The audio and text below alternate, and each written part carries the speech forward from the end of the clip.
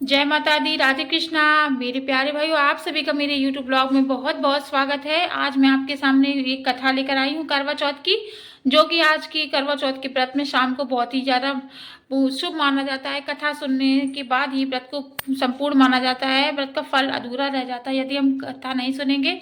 तो चलिए, करवा चौथ माता की ये देखिएगा, ये फोटो है, ये पूजा होती है शाम को।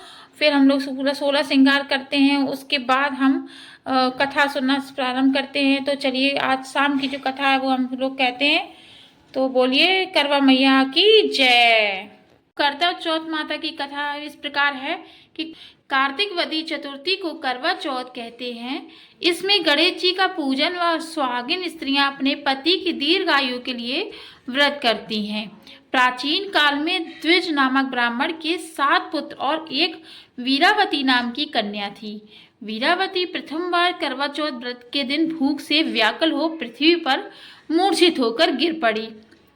सब भाई यह देखकर रोने लगे। तब जल से मुंह धुलाकर एक भाई वट के वृक्ष पर चढ़ गया।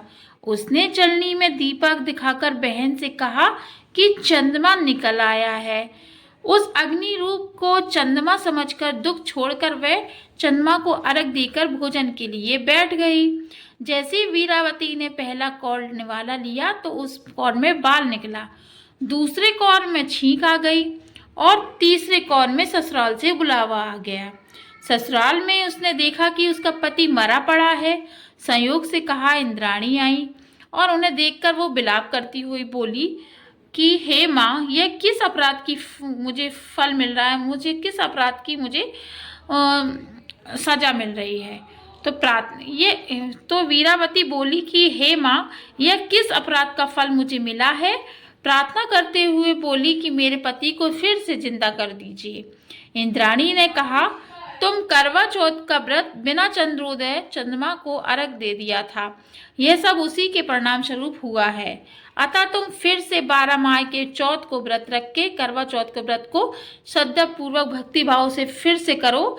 विधि पूर्वक करोगी तो तुम्हारा पति पुनः जीवित हो उठेगा।